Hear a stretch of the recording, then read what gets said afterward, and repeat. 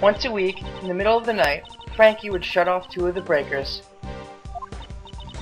so I could move from my office to the courtyard without being seen by the security camera. I would go past the fence and drop the goods down the well near the prison. Oh, okay, just never mind. It wasn't necessarily a premeditated murder. And then the dog would get them! Oh! Okay! The dog would get them. Yeah, so that's why the dog went to get the body, because you sprinkled that perfume on it. And so he thought it was a thing, and you were trying to set up Dogen. Okay, but, still doesn't make full sense yet. Let's keep going. So that's the true identity of the sweet scent. So it's not the apples. The scent of perfume was a signal for Dogen's dog. After picking up the scent, it carried the goods to Dogen. Of course, this had to be done while Edgeworth was away from his cell. I'm surprised he never found out about it, pal. We have a strict timetable here at the prison. Mealtime, exercise time, it's easy to know when he's away from his cell. And since little Rocky is afraid of Dogen's dog, I didn't have to worry about him making noise. I'm sure a lot of animals are afraid of Dogen's dog. So, having full knowledge of the prison's inner workings, she made the deliveries herself. This would have ensured there were no slip-ups. Frankie would turn the breakers back on in the early morning, and the delivery was complete. I then modified the timestamp on the security camera. You have told us a great deal. The guards of law accepts your penitent confession. But where does the killing come into play? As the warden of the prison, how could I have done such a foolish thing? The day Knightley was killed was also a delivery day. It seems Frankie was working the breakers as usual, but that day I had nothing to send, so I did not go to the courtyard at all. The secret of the supply system. So then Warden Roland was... The police have been searching for Dogen's henchmen for ages. I've also been helping them, but... been interrogating him personally in my office, but... no matter how much evidence we have on him, we can't get a single word out of him. So the reason you kept on interrogating him... Yes. It was to find his henchmen. I borrowed all the evidence from the police and carried out the interrogation myself. I kept an eye on all his actions and examined all his mail. Mail. Like his correspondence chest letters. But I could never uncover the true identity of his henchmen. Was Knightley one of those henchmen? Possibly. This fear, it's something you could never understand. Prosecutor Edgeworth, you were listening, right? There's a frickin' fly that's been flying around in front of my face. It's driving me crazy. I thought I'd mention it. God damn you frickin' fly! And it's like, I'm not even, it's like, it's so small too. I wouldn't be able to fly swat it. It'd fit through the swat holes. Probably not, but yeah, I don't know. I'd say this confession clears the warden of all suspicion. Is it really necessary to press her further than this? Is it necessary to press her further? Always. Judge Courtney, my questioning isn't over yet. I'm sure the goddess of law isn't satisfied yet either. Do you mean to badger this woman further? Yeah, she's the killer! Even if she was threatened by Dogen. This does not prove she was not the culprit in this case. She was able to use the supply route to transport Knightley's body. Do you have any evidence to support this? Yeah, I do. Well, the dog was taken away, unfortunately, but the body did give off a sweet scent. The scent of perfume that was used to signify delivery. Can you explain this fact? Oh, of course. Since I have made so many deliveries, this scent would have lingered around the well. When the body was moved through the well, this scent would have transferred to it. Mr. Edgeworth also testified to this fact. That's it. For some reason, that well gave off a nice scent. A nice scent? I don't know what it was, but it smelled sweet, like candy. The lingering scent in the well would, of course, be picked up by anything passing through. No, gug. The defense rests, I see. Not yet, we don't. In that case, court is adjourned. Mr. Edgeworth, isn't there anything we can do? Darn tootin' there is, though I'm not sure yet. Is it over already? You didn't do anything. Yes, Sebastian, it is. And now, court is officially adjourned. Oh, gosh darn it. Who was it? The only person who hasn't spoken up yet. Gosh darn it! You have an objection voice! You gave him an objection voice, and he doesn't have a voice when he says hold it. Just let him say objection for crying out loud. Or give him a voice when he says hold it. I'm not gonna drop this. It really bugs me. Don't have him say hold it if he can say objection. It's not nice of you to adjourn things just like that, Courtney Pie. Mr. Shields. Are you objecting to the court adjourning? Defense attorneys always do that. Don't let it get to you. Of course not. I ain't got no objection or anything like that. Oh, because you said hold it? Go ahead and adjourn court. Do whatever you like. Hey, what are you doing? Whoa there. Calm down, Gay. Who wants some chocolate? Is this a joke? You'll have to excuse me. I just have one tiny request to make. Simon Keyes' attorney. That's right, you're the defense attorney in charge of this case, aren't you? Exactly! Did you all forget? That's so mean. What, you went and thought it was Edgeworth? Oh my god, now the fly is crawling on the screen. It's fucking fly. But you just left everything to Mr. Edgeworth and didn't do anything at all. Yeah, that's right. That's why. I thought I'd do my job of it. Do your job? That hardly sounds like you at all. Oh? So he doesn't do his job?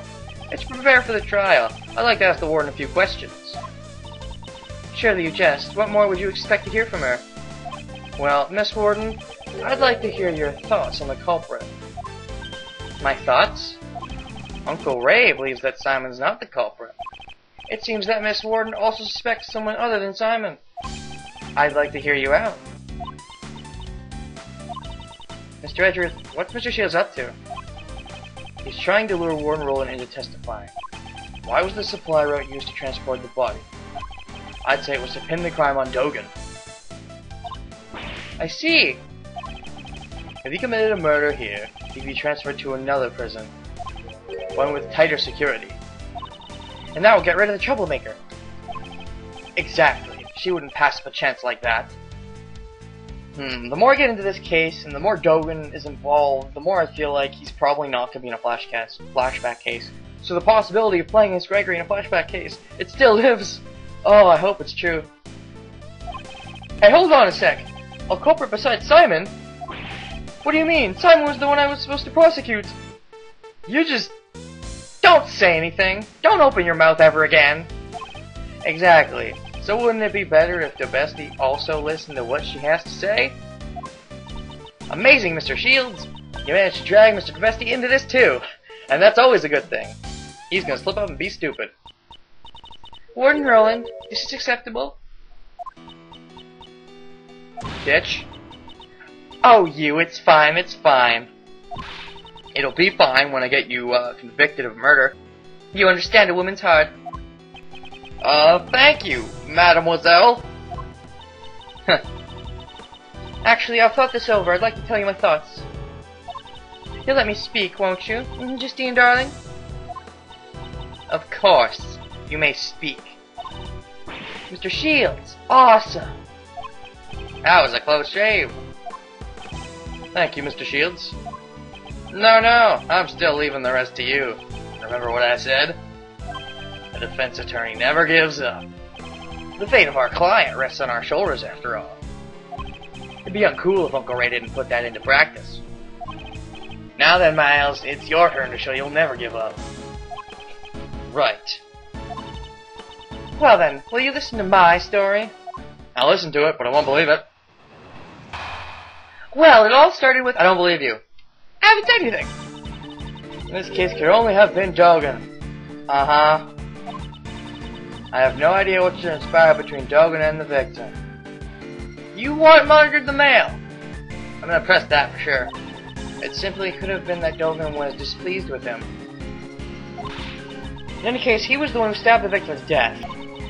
He probably had a dog dispose of the body. This is the truth of the case. Well, the dog did dispose of the body, but, victim Mr. Knightley, was it? I think it was a truly terrible thing. Taking a man's life, you mean? That's how you'd go about saying it, isn't it? If only I'd been more vigilant, his death would not have happened. That's why I want to clear up his regrets. Ugh. Shut up. Shut up, you two! You've got to realize at this point that she's the fucking killer. Mr. Knightley would not be in heaven. I swear to you, he would not. My story. I believe the culprit in this case could only have been Dogen. Don't care. I have no idea. Yes, you do. Knightley was being held in the detention center, and Dogen was in the prison. They couldn't make any contact. Don't you think that would have prevented trouble? The prison is quite confined, right? There were many ways for them to meet. Knightley was murdered days before he would have been sentenced to prison. Surely there weren't many ways a meeting could have occurred. And if there were, you need to make your prison better. Even without a direct meeting, Dogen can still cause trouble, mark my words. Ugh, it simply could have been that Dogen was displeased with him. Okay. What could Knightley have done in the detention center to displease him? That was just an example. You don't have to take it so seriously. Didn't I already say that I have no idea what— Yes, you do! But I don't really have your word as proof. I wish I could present what you said earlier as proof. Certainly are a serious one, Edgeworth. Piercing gaze. Always standing straight and stiff. Very nice. Looking very clever, my dear. Don't. I already have an annoying biggest fan. I don't need two. Mr. Edgeworth, stay focused. It's just a flesh wound. That reminds me of another case I didn't want to be reminded of. Is this some form of psychological warfare? In any case, he was the one who stabbed the victim to death. When did he do that? I'd like to hear your thoughts about the circumstances surrounding the murder. Well, I suppose it was a simple job. During his booking, I learned that the victim had some kind of injury to his neck. He couldn't turn his neck to the right. I remember him saying something like that. Booking. That's the process one undergoes before being locked up in the detention center. It sounds like you don't really know a lot about Knightley. I only know a little. In any case, he would have been an easy target for Dogen. Perhaps he used the chisel hidden in the chessboard. How the fuck did you know about that? Did we mention it to you? The victim wouldn't even have had a chance to scream. I see. Your opinion would be a very valuable reference. Add it to your testimony. Yes! You're making me blush. You're so cute. Okay, great. Don't do that. I'm just kidding. I'll continue. Use the chisel hidden in the chessboard. You didn't know much about Knightley, but you knew about that. How? The chessboard. The things the victim brought with it. Oh, gotcha! Gotcha! I'm Apollo Justice and I'm gotcha. It seemed like he really enjoyed playing chess. You really don't know jack about him. That's surprising. How could I have guessed that chisel would be hidden inside it? Blah blah blah. Add that to your testimony. Well, yeah, only it's like people know about it. That's one thing. But also, she just said that the victim brought it. And the victim didn't bring it. Why does she know about this? Because she put it in there to frame Dogen. No shit. Who else would have known about the frickin' bell and been able to replicate the bell? In Dogen's hands, even a chisel is enough to be used as a lethal weapon. Yeah, great. No. But what you were saying? You just said that what Simon brought it. Add that to your testimony. I have an objection. I'm just gonna do it. Perhaps use the chisel hidden in the chessboard. Nightly hid the chisel inside in order to get it past security? That doesn't work. The description isn't good enough. Alright, fuck it. Even though what you said could have totally been objected to. You certainly seem to hold strong feelings toward Dogen. That's just natural. Remember my interrogations? That man, no matter how much evidence we find, he's still as slippery as a snake. You've got a lot of guts. That smug look he has in his face when he returns to his cell. Just thinking about it makes my stomach churn. I can sort of understand how you feel.